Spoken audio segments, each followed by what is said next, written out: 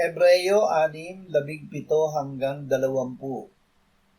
Sa pagnanais ng Diyos na maipakita sa mga tagapagmana ng pangako na hindi maaaring mabago ang kanyang pasya, pinagtibay niya ito sa pamamagitan ng isang sumpa, upang sa pamamagitan ng dalawang bagay na di mababago, na dito'y hindi maaaring magsinungaling ang Diyos, tayong nagtungo sa kanlungan ay magkaroon ng higit na katiyakang panghawakan ang pag-asang nakalagay sa harapan natin.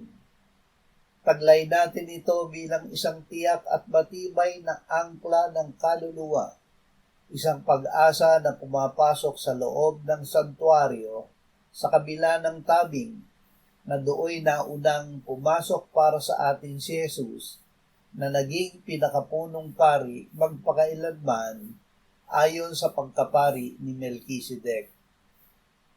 Ang katiyakan ng tipan. Sinabi ng Panginoong Hesus na ang katas ng ubas na nasa saro na ibinigay niya sa kanyang mga alagad sa kanyang banal na hapunan ay kanyang dugo na ibubuhos niya sa ikapagpapatawad ng ating kasalanan.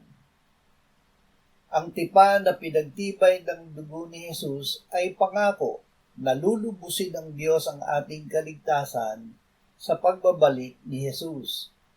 Sa araw na iyon, tayo ay isasama ng Panginoong Hesus upang ipiling sa Ama magpakailanman.